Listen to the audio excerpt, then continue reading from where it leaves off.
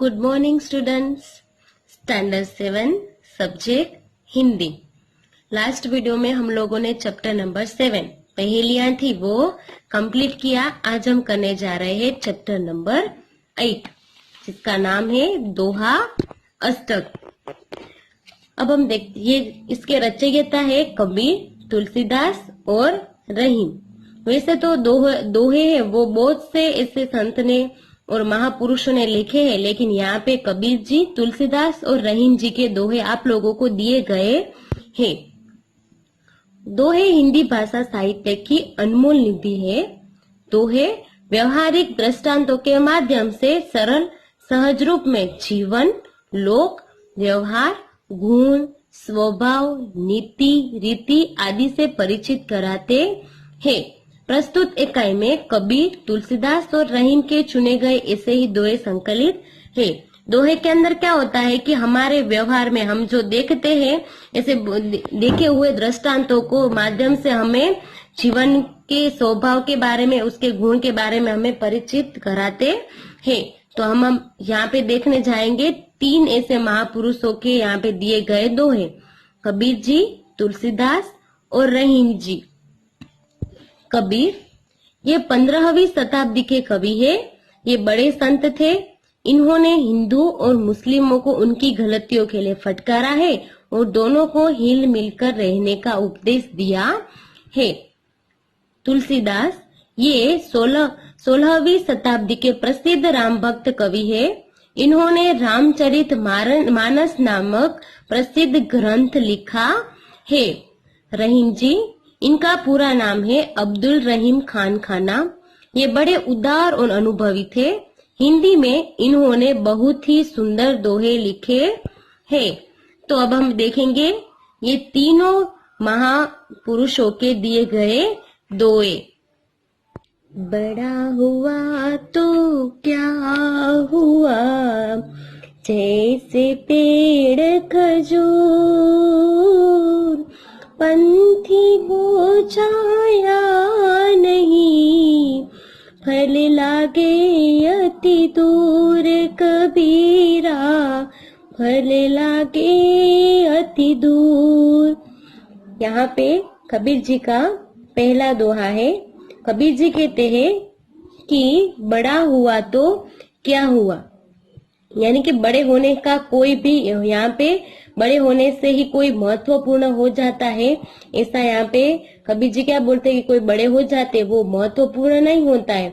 यहाँ पे दृष्टांत दिया गया है खजूर के पेड़ का, यानी कि खजूर का पेड़ है वो बहुत बड़ा है, पर उससे मुसाफिर को उसकी छाया नहीं मिलती, यानी कि पंथी को छाया नहीं, यानी कि खजूर का पेड़ है वो बहुत ऊपर होता है, लेकिन मुसाफिर को उसकी छाया का कोई लाभ नहीं मिलता है, उसको छाया नहीं मिलती है और उसके फल भी बहुत दूर लगते हैं, जो सब लोग खा नहीं सकते, उसको तोड़ नहीं सकते।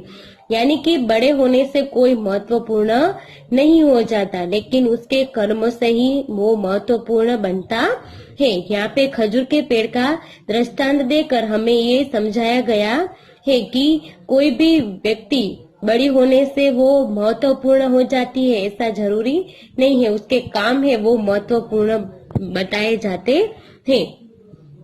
दूसरा है साधु ऐसा चाहिए, जैसा सूप सुभाए,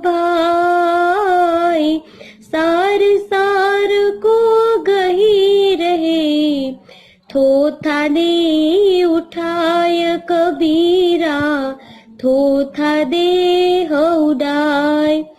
यहाँ पे साधु के स्वभाव के बारे में बताया गया है कि साधु कैसा होना चाहिए कि जैसे सूप सुभाए।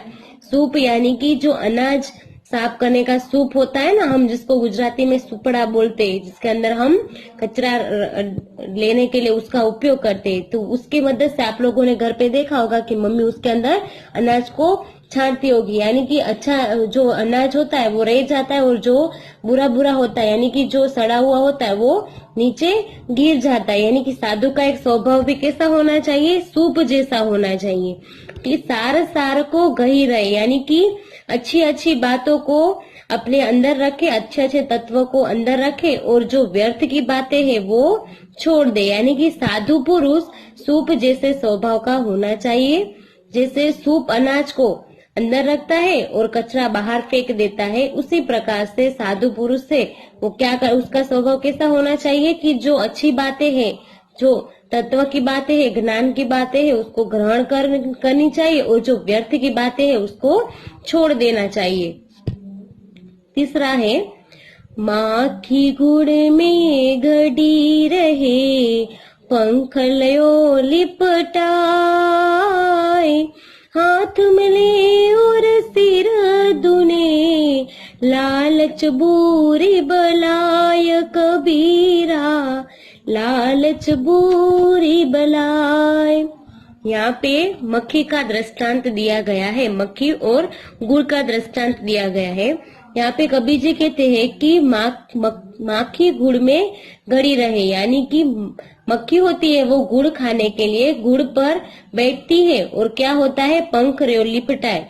यानी कि कभी कभी गुड़ ऐसा हो जाता है, बहुत चिकना होता है, तो क्या हो जाता है, उसकी पंखें वो गुड़ में चिपक जाती है। फिर वह हाथ मलती है, सिर धुनती है, यानी कि क्या करती है, वो निकलने के लिए बाहर एकदम से मेहनत करती है, लेकिन बाद में क्या होता है, उसको पछतावा होता है, यानी कि वो उसके अंदर ही रह जाती है, उड़ नहीं पाती। इसीलिए लालच बुरी बला है। हम भी क्या करते हैं कभी कि अच्छी बात को छोड़ के हम क्या करते हैं, एक लालच की पीछे दौड़ते हैं, बाद में हमें पछतावे की बारी आती है। यानी कि यहाँ पे मक्खी और गुड़ के दृष्टांत द्वारा लालच एक बुरी बला है, उसके बारे में कबीर जी हमें बताते हैं। अब आते हैं तुलसीदास के दोहे। तुलसी इस संसार में भांति भांति के लोग, सबसे हिल मिल चालिए, नदी नाव संजोग, नदी नाव संजोग। यहाँ पे तुलसीदास क्या कहते हैं कि इस संसार में भांति भांति यानी कि अलग अलग तरह के लोग रहते हैं, सबको हिल मिलकर रहना चाहिए।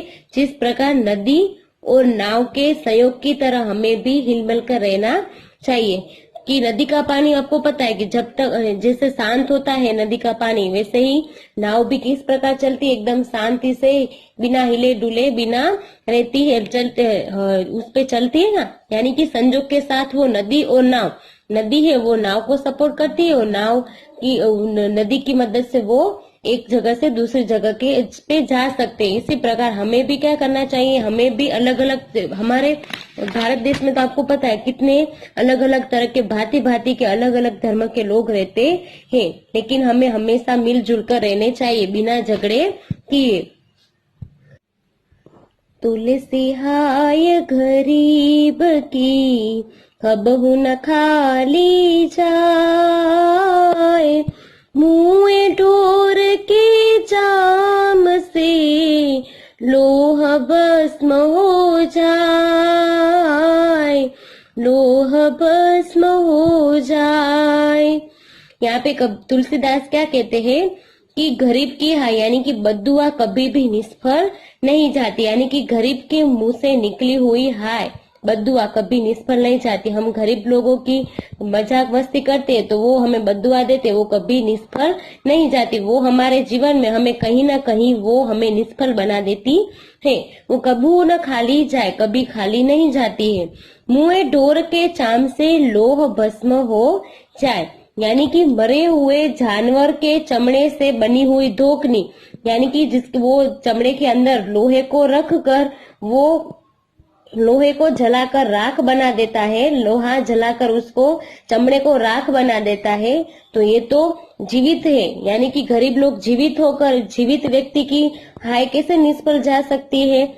यानी कि यहाँ पे जो मरे हुए जानवर के चाम और लोहे की उदाहरण से हमें बताया गया है कि हमें कभी भी गरीब लोगों की, हमें उसकी कभी मस्ती और उसकी कभी भी हमें मजाक मस्ती नहीं करनी चाहिए, उसकी कभी हंसी नहीं उड़ानी चाहिए।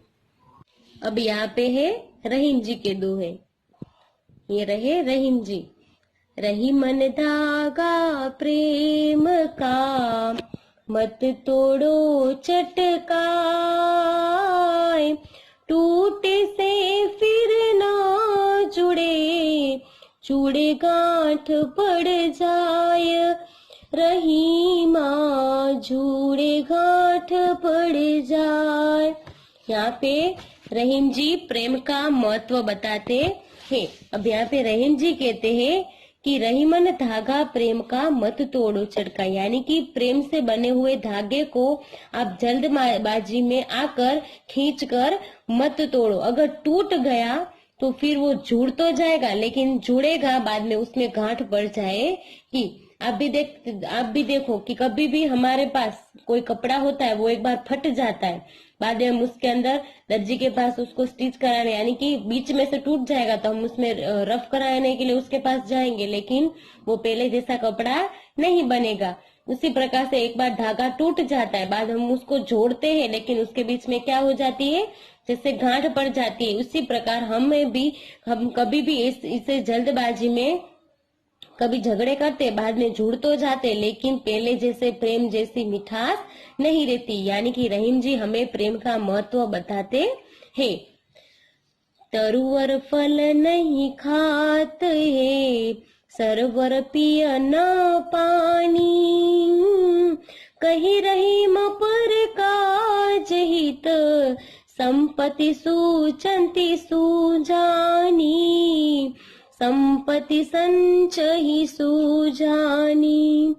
यहाँ पे रहीम जी परोपकारी स्वभाव के बारे में बताते हैं कि रहीम जी कहते हैं कि तरुवर यानी कि जो श्रेष्ठ वृक्ष होता है, बड़ा वृक्ष होता है, वो अपने फल खुद नहीं खाता है, वो दूसरे को ही फल खिलाता है ना। कोई भी पेड़ हो वो खुद खाता है, नहीं खाता। बाद में सरोवर पिय नहीं पानी, यानी कि सरोवर खुद का पानी भी नहीं पीते, वो दूसरे को पानी देते हैं।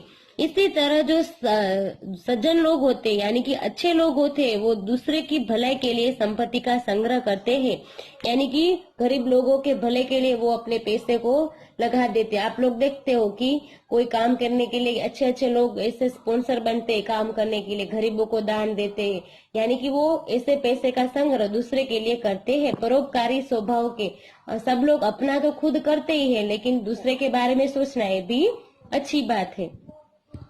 अब यहाँ पे लास्ट वाला रहीम जी का दोहा, रही मन देखी बड़े न को, लघु न दीजिए डारी, जहाँ काम आवे सुई, कहाँ करे तलवारी, रही माँ कहाँ करे तलवारी।